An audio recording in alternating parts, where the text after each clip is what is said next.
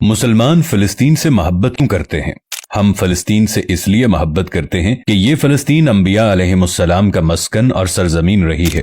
اللہ تبارک و تعالی نے حضرت لوط علیہ السلام کو اس عذاب سے نجات دی جو ان کی قوم پر اسی جگہ نازل ہوا تھا۔ حضرت ابراہیم علیہ السلام نے فلسطین کی طرف ہجرت فرمائی تھی۔ حضرت داؤد علیہ السلام نے اسی سرزمین پر سکونت رکھی اور یہیں پر ایک محراب بھی تعمیر فرمایا تھا۔ حضرت سلیمان علیہ السلام نے اسی ملک میں بیٹھ کر ساری دنیا پر حکومت فرمائی۔ چیونٹیوں کا وہ مشہور قصہ جو قرآن پاک کی سورۃ النمل میں درج ہے، جس میں ایک چیونٹی نے اپنی باقی ساتھیوں سے کہا تھا کہ اے چیونٹیوں اپنے بلوں میں گھس جاؤ، مبادا کہ حضرت سلیمان علیہ السلام کے گھوڑے تمہیں کچل نہ ڈالیں۔ یہی اس ملک میں واقع اسقلان شہر کی ایک وادی میں پیش آیا تھا، جس کا نام بعد میں وادی النمل یعنی چیونٹیوں کی وادی رکھ دیا گیا تھا۔ حضرت زکریا علیہ السلام کا محراب بھی اسی شہر میں ہے۔ حضرت موسیٰ علیہ السلام نے اسی ملک کے بارے میں اپنے ساتھیوں سے کہا تھا کہ اس مقدس شہر میں داخل ہو جاؤ۔ انہوں نے اس شہر کو مقدس اس کے شرک کے پاک ہونے اور انبیاء علیہ السلام کا مسکن ہونے کی وجہ سے کہا تھا۔ اس شہر میں کئی معجزات وقوع پذیر ہوئے، جن میں ایک کنواری بیوی حضرت مریم علیہ السلام کے بطن سے حضرت عیسیٰ علیہ السلام کی ولادت مبارکہ بھی ہے۔ حضرت عیسیٰ علیہ السلام کو جب ان کے قوم نے قتل کرنا چاہا تو اللہ تبارک و تعالی نے انہیں اسی سرزمین سے آسمان پر اٹھا لیا تھا۔ قیامت کی علامت میں سے ایک حضرت عیسیٰ علیہ السلام کا زمین پر واپس تشریف لانا اسی شہر کے مقام سفید مینار کے پاس ہوگا۔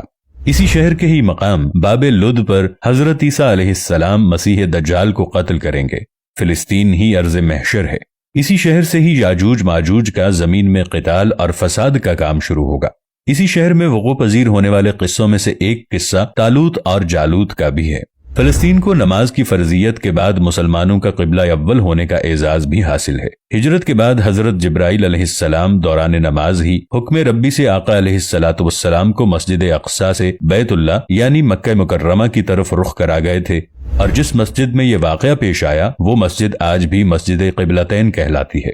حضور اکرم صلی اللہ علیہ وآلہ وسلم معراج کی رات آسمان پر لے جانے سے پہلے مکہ مکرمہ سے یہاں بیت المقدس یعنی فلسطین لائے گئے۔ سرکار دو عالم صلی اللہ علیہ وآلہ وسلم کی اقتداء میں انبیاء علیہم السلام نے یہاں نماز ادا فرمائی۔ اس طرح فلسطین ایک بار پھر سارے انبیاء کا مسکن بن گیا۔ سیدنا ابو ذر رضی اللہ عنہ کہتے ہیں کہ میں نے رسول اللہ صلی اللہ علیہ وآلہ وسلم سے عرض کیا کہ زمین پر سب سے پہلی مسجد کون سی بنائی گئی؟ تو آپ نے فرمایا کہ مسجد الحرام یعنی خانہ کعبہ۔ میں نے عرض کیا کہ پھر کون سی مسجد بنائی گئی؟ تو آپ صلی اللہ علیہ وآلہ وسلم نے فرمایا کہ مسجد الاقصی یعنی بیت المقدس۔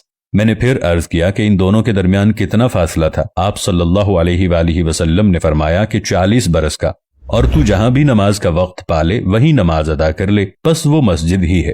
نبی اکرم صلی اللہ علیہ وآلہ وسلم کے وصال کے بعد حضرت ابو بکر رضی اللہ عنہ کو ارتداد کے فتنے اور دیگر کئی مشکلات کا سامنا رہا۔ ان کے لیے عسکری اور افرادی قوت کی اشد ضرورت کے باوجود ارض شام یعنی فلسطین کی طرف آپ صلی اللہ علیہ وآلہ وسلم کا تیار کردہ لشکر بھیجنا بھی ایک ناقابل فراموش حقیقت ہے۔ جبکہ اسلام کے سنہری دور فاروقی میں دنیا بھر کی فتوحات کو چھوڑ کر محض فلسطین کی فتح کے لیے خود سیدنا عمر رضی اللہ عنہ کا چل کر جانا اور وہاں جا کر نماز ادا کرنا اس شہر کی عظمت کو اجاگر کرتا ہے۔ دوسری بار بعین ہی معراج کی رات بروز جمعہ 27 رجب 583 ہجری کو صلاح الدین ایوبی کے ہاتھوں اس شہر کا دوبارہ فتح ہونا بھی ایک نشانی ہے۔ قدس بیت المقدس کا نام قرآن سے پہلے تک ہوا کرتا تھا۔ قرآن نازل ہوا تو اس کا نام مسجد اقصی رکھ دیا گیا۔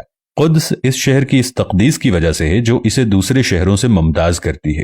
اس شہر کے حصول اور اسے رومیوں کے جبر و استبداد سے بچانے کے لیے 5000 سے زائد صحابہ کرام نے جام شہادت نوش کیا، اور شہادت کا باب آج تک بند نہیں ہوا۔ یہ سلسلہ ابھی تک جاری ہے، اسی لیے یہ شہر شہیدوں کا شہر ہے۔ مسجد اقصی اور بلاد شام کی اہمیت بالکل حرمین شریفین جیسی ہے۔ جب قرآن پاک کی یہ آیت والتین والزیتون وطور سینین وہذا البلد الامین نازل ہوئی تو ابن عباس رضی اللہ عنہ کہتے ہیں کہ ہم نے بلاد شام کو التین یعنی انجیر سے، بلاد فلسطین کو الزیتون سے، اور الطور سینین کو مصر کے پہاڑ کوہ طور جس پر جا کر حضرت موسیٰ علیہ السلام اللہ پاک سے کلام کیا کرتے تھے اس سے استدلال کیا۔ اور قرآن پاک کی یہ آیت مبارکہ وَلَقَدْ كَتَبْنَا فِي الزَّبُورِ مِن بَعْدِ الذِّكْرِ أَنَّ الْأَرْضَ يَرِثُهَا عِبَادِيَ الصَّالِحُونَ، اس آیت سے یہ استدلال لیا گیا کہ امت محمد حقیقت میں اس مقدس سرزمین کی وارث ہے۔